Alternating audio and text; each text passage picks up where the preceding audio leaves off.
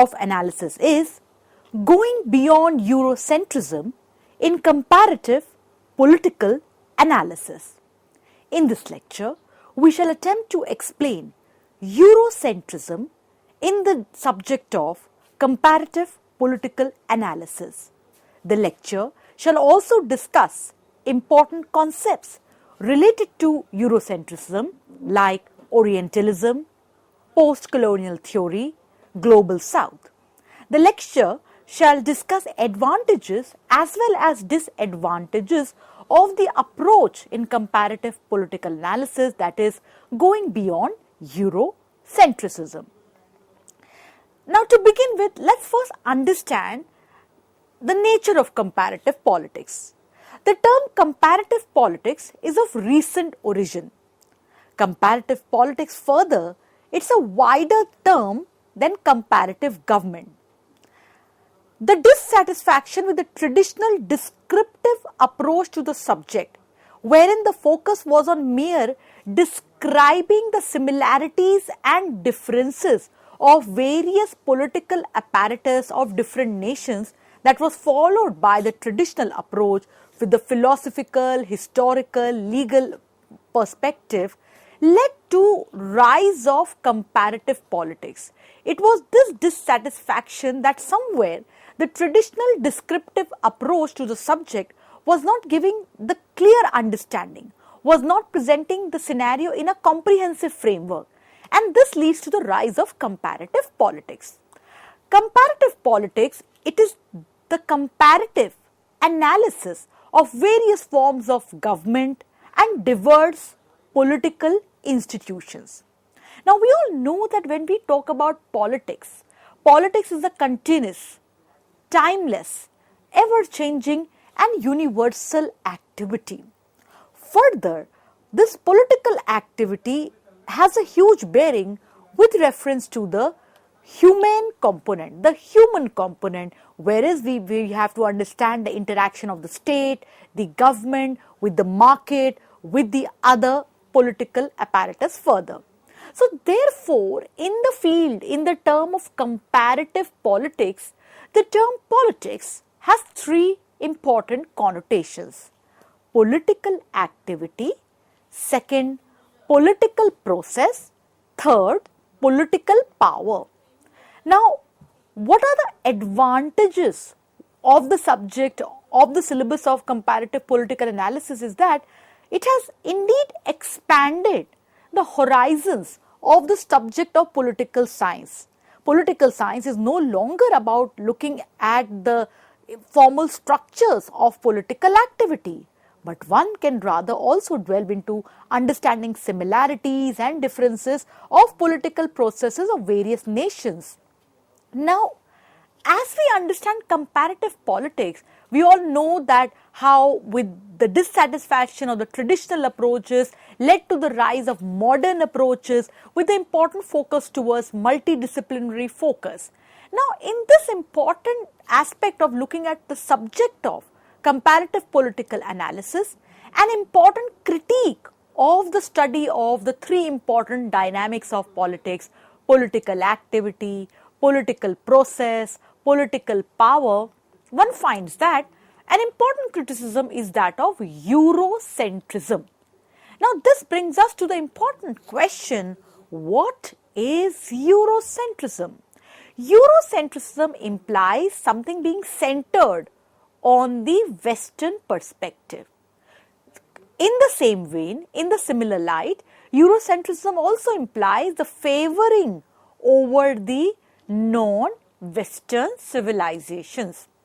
To add here that another perspective, that is how one interprets the world in terms of whether it's European or in terms of the Anglo-American values and experiences.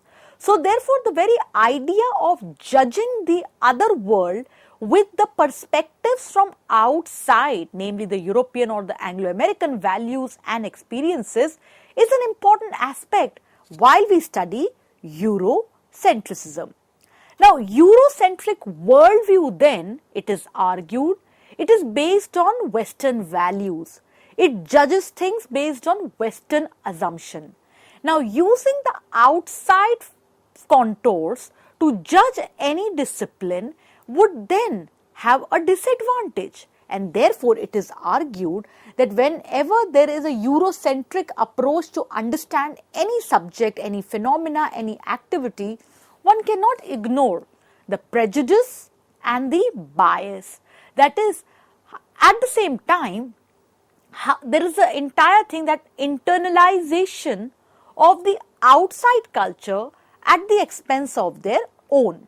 So therefore, it is often argued that whenever there is a discussion on Eurocentric thought, that when we try to understand the history, when we attempt to interpret the histories and cultures of the non-Western, the non-European societies, it is essential to understand that whether a Western perspective has been used to interpret the history and the culture.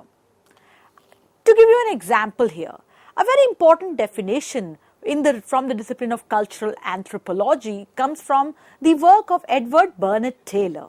And culture is defined by E.B. Taylor as that it is the complex whole which includes knowledge, beliefs, arts, law, morals, customs, and any other capabilities and habits acquired by man as a member of society. Now, if one understands it, the work of E.B. Butler has to be read in tandem with the bigger focus towards imperialism, with the bigger focus towards colonization. That is, there is a question on outside interpretation.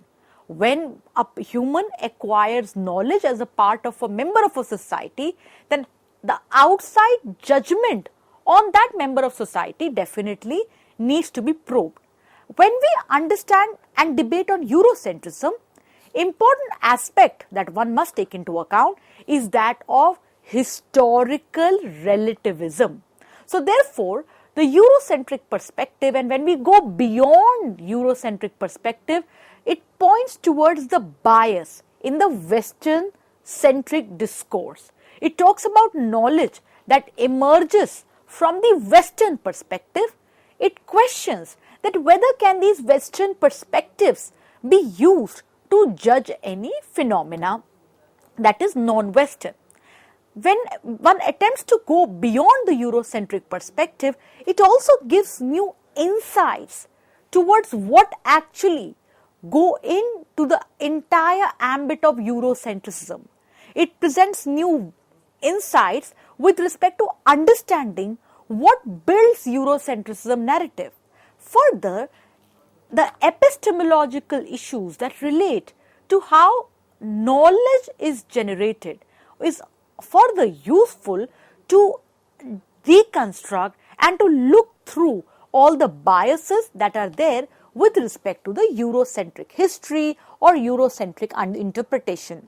Now, it is often argued that when we try to go beyond the Eurocentric perspective, as one reads through that how social constructs from the West, from the outside, are imposed. So therefore, one also has to understand this with the bigger focus towards the process of colonialism and imperialism in other parts of the world.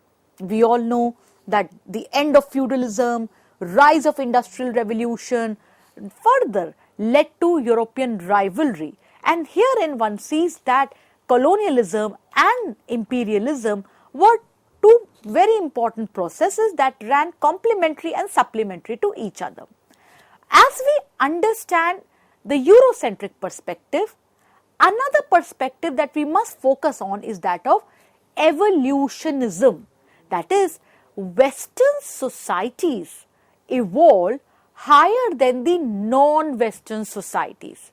Now, with this evolutionism, this is also related to Charles Darwin perspective that is there on the origin of species. So, Darwinism, as we all know, it is a theory of biological evolution developed by the English naturalist Charles Darwin and others, stating that all species of organisms arise and develop through the natural selection of small, inherited variations that increase the individual's ability to compete and survive.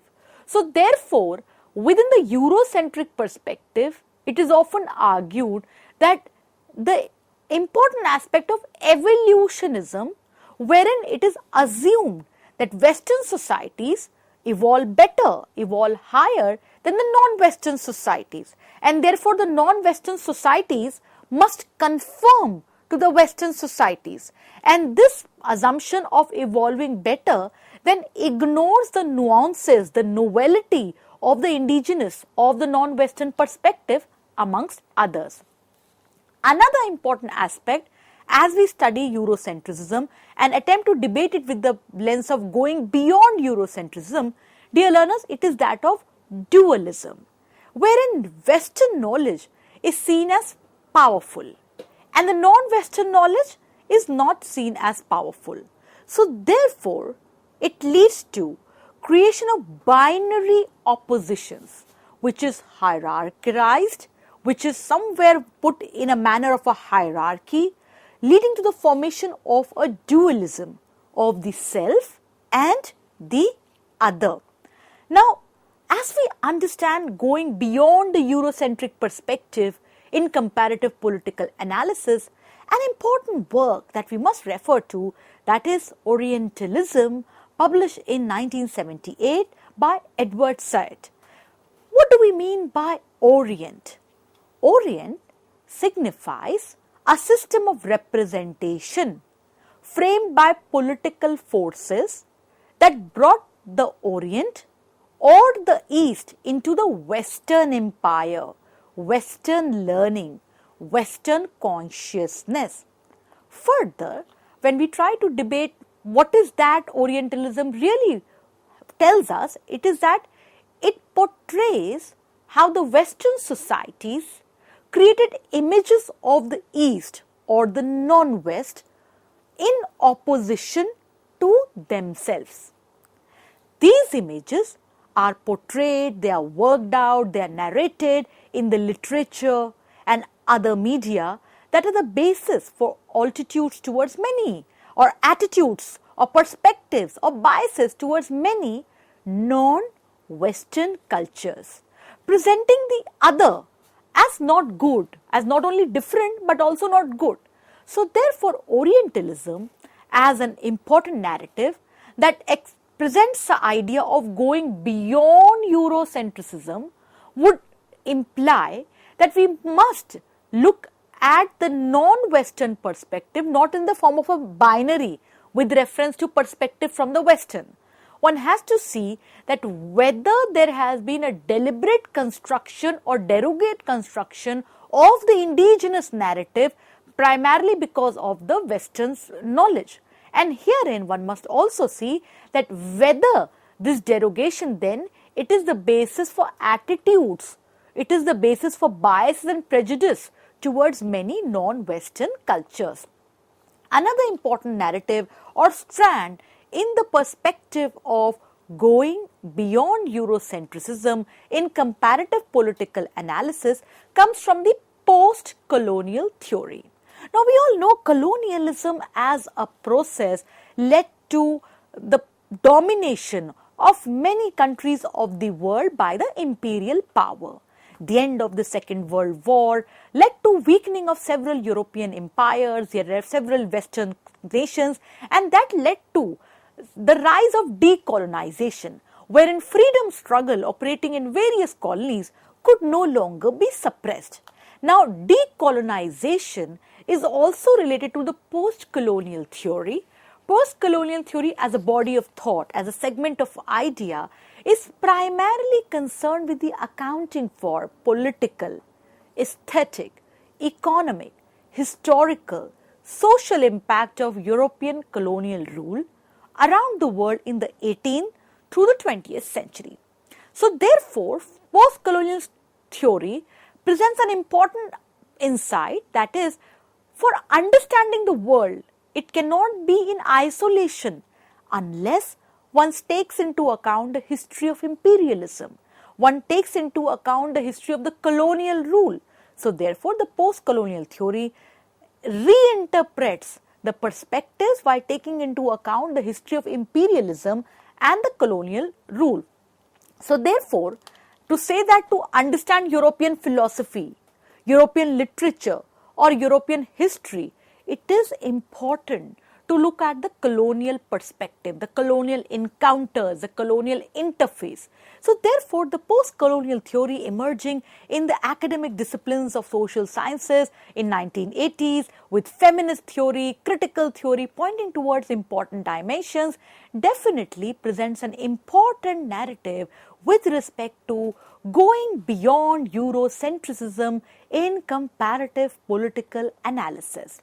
Now, therefore, important aspects as we discuss post-colonial theory is that of reimagining history, rewriting history, understanding the decolonization struggles, looking at nationhood, nationalism, cultural identity as important perspectives that we must look into. Now, it is essential that we all know that Western perspectives are not universally experienced. Western perspectives further are not valid for all areas or all regions of the globe. So therefore, Western perspectives cannot explain the realities of the non-West, the East. So therefore, it is argued that the Eurocentric perspectives, it ignores the post-colonial states. It ignores the role of emerging economies that are leading to rise of multipolarity in the world apparatus. Now, in the post-colonial concept, an important concept is that of othering. Othering, that is, it is a practice of representing or defining the colonized natives as not good, as not appropriate, as per the Western or the European counterparts. Now, what is the advantage of then this approach that is going beyond Eurocentrism in comparative political analysis? An example of that can come from using the example of dependency theory. Now, dependency theory presents an alternate narrative within the broad canvas of development. Now, we all know that North-South trade agreements, and today there is a lot of contestation on the role of international global organizations, and therefore it is often argued that there is a need for much equity in the trade-off between the North and the South. Now, with going beyond Eurocentrism in comparative political analysis as an approach, it is argued that there are chances. It opens up opportunities of different, fairer understanding of workings of the political processes.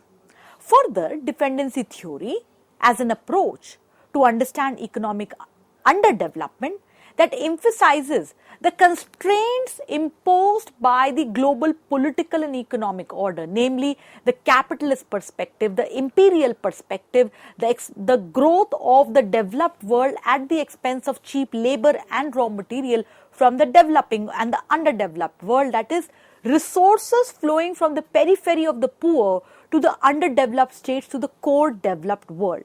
So, dependency theory gives us an alternate narrative, that is, we must understand development as not only modernization, development as not only stages what the West prescribes, but development with a deeper sense, that is how the constraints of the system lead to development of few nations over the other. Further, dependency theory, while examining the patterns of interaction as an alternate to the modernization perspective advocated in the late 1950s by the Argentinian economist Raul Prebisch, the dependency theory gains a lot of prominence in 1960s and 1970s. So therefore, what we see here is that comparative politics then as a subject has indeed come a long way. Comparative politics, wherein earlier the focus was only looking at similarities and differences of various political apparatus, with the traditional approaches like the historical approach, the legal approach, the philosophical approach. With time, the scope of comparative politics increased to that of comparative politics. The scope of comparative study of governments involved looking at political apparatus, the political activity, the political process, the political institutions, And herein, no doubt, comparative political analysis has evolved. It has incorporated new aspects. There are comparative studies of both states and non-state actors that indeed represents the world more widely in a more fair manner. So therefore, with the model of state building in the West, what we say in the form of Westphalian nation state, which has its origins in Europe. So that is that, was it detrimental to the non-West? It is often argued. That is how, when we look at state in the historical perspective, state in the comparative sense, that is what the model of state building too was then imposed, and therefore it is somewhere then detrimental for the non-West. So therefore, for equity, for justice to the discipline, for having better representation of ideas, for having a comprehensive picture with reference to issues concerning comparative political analysis, political process, political institutions, going beyond Eurocentrism is indeed important. So therefore, dear learners, when we try to understand going beyond Eurocentrism, one must understand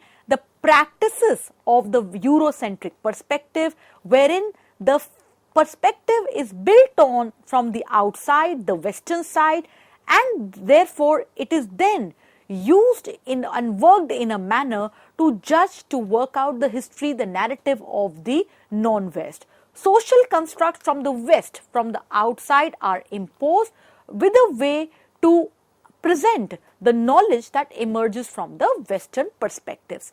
Going beyond Eurocentrism points towards epistemological issues, that is with respect to how the knowledge is generated.